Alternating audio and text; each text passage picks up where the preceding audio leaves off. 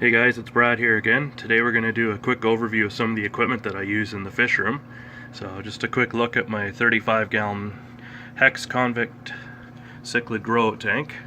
These were a rescue. They were given to me a couple weeks ago. They were surrendered by someone here in Cold Lake. And I'm going to be growing them out, and I'll be taking them to the auction in Edmonton and hopefully as well as the Calgary auction. I'm going to keep growing them out until they're a good saleable size. But if you know anyone who might be interested, be sure to drop me a line. So, first part of my equipment is I have my totes here. So, in these totes I have various equipment. I have a tap for the airlines and a drill bit. It goes to these brass air valves. I also have some older brass air valves. They're corroded, but they still work. I also keep my elastics in here. And then in various drawers, most of these are just bags and plumbing parts. These are going to be used to create more of the air system, and I use them when I'm taking fish to the auction, selling fish, picking fish up. I also have in here, I have Indian almond leaves. I vacuum pack them to keep them fresh a little longer. And I have some extra filter parts from some of the fish tanks I'll go over in a minute. In here I have fluval filter media for the filter that's on the hexagon tank right now. Cut spare pieces of airline. More filter media. This one is empty, and I believe this one just has a pond pump in it. So once you come through here, I have my water container. It's a Brute 35-gallon garbage can, and I have various plumbing parts that are going to be going into the air system as well. And if you're in Canada, this is the Home Hardware brand silicone, but as you can see, if I can get it to focus here, that's on French. Safe for aquariums. I don't know how structural it is, but if you're just looking to reseal your aquarium, it's good to go. So in here I have unused sponge filters right now and some other media, and it's hard to see, but these are all my future fish tanks that are going to be set up. Over here I have some of my plant fertilizers. I haven't got too much to go with these yet. Since the Flourish Excel and the Flourish Iron, they're kind of new to me.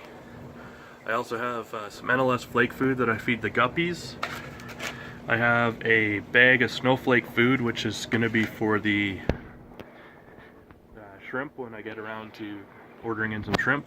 I keep a thermometer and a humidistat. I also have a 2-liter bottle of Prime. I have a whole bunch of different chemicals that I keep around.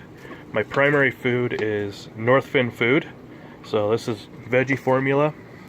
I feed that one to the Mangano cichlids community, which I feed to the Neolamprologus lupi, and kelp wafers, which is for the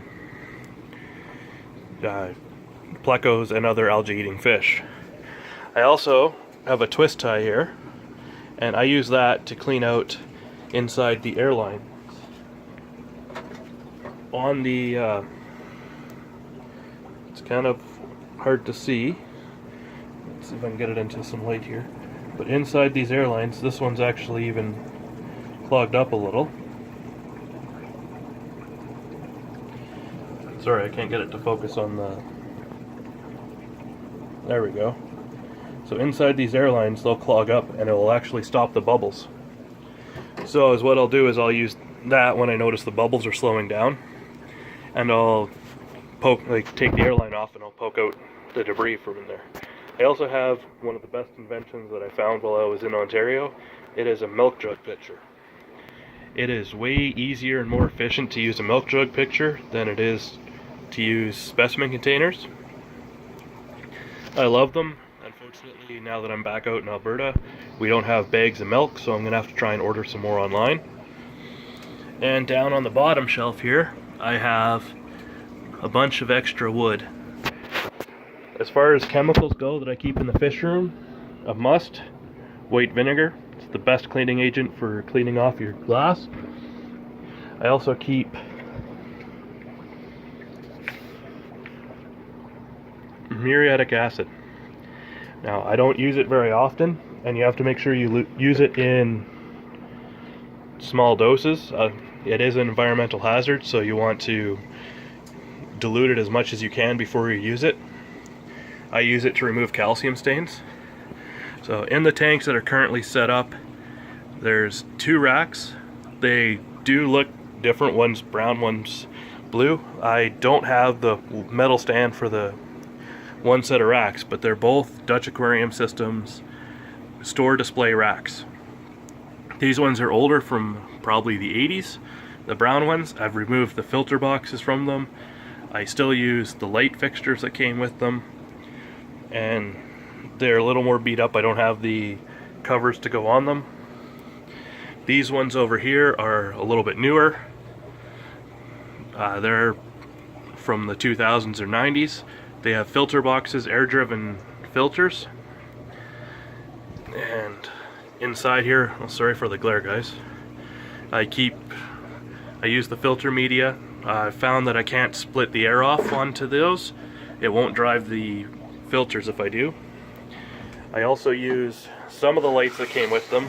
This one here, I'm actually running a marine LED light, as well as a dual T8 fixture. This one up here, I'm running a marine T5 fixture that has freshwater bulbs in it, and that's only a 3-foot fixture, so it makes the one side here kind of dark. And the bottom tank, which I moved some fish around, and now this one has the manganose cichlids. It houses, used to house the gar. Unfortunately, he passed on. He was another rescue that I found here in Cold Lake. And these guys are also messy fish, and it houses some gar food. But in this one here, I'm using the holders, but I put a T5 lights in there. I don't know if I can.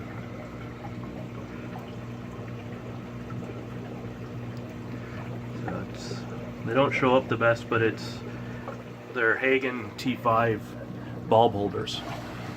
I'm also running a separate air pump for these tanks. I didn't have enough air line, so I'm running a top fin 4-outlet pump. It seems to be strong enough to power these air filters. So there's a standpipe in the back. Air line just goes in there and it lifts the air. There's also a spool of filter media inside there. I have a rack that I got from my mother, which holds some of the extra Northfin food that I have. I used to own a store. If you've discovered me through my Facebook page, you'll see that. I also have a dehumidifier, which also dubs as a space heater in here. So it's nice. If the humidity gets too high, I can turn it on to dehumidifier mode. And if it's too cold in here, I can turn on to heater mode. I also run a oil-filled space heater. This is what keeps the main temperature inside the fish room up.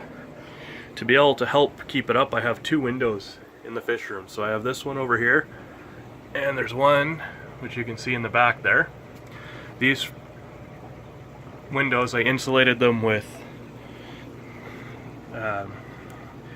rock-sol insulation, and I also put a 1-inch styrofoam board in between the glass and the rock-sol. That helps keep some of the heat in here. I'm also haven't completely enclosed the fish room yet, but that's one of my next projects. And I run this. It's silverboard insulation. It's approximately 1/2 inch thick. It's more to keep the air contained into one space, and as an insulator, the house is already kept at 20 degrees Celsius. I just need to bump it up an extra 8 degrees. So it helps cut down on your hydro bill.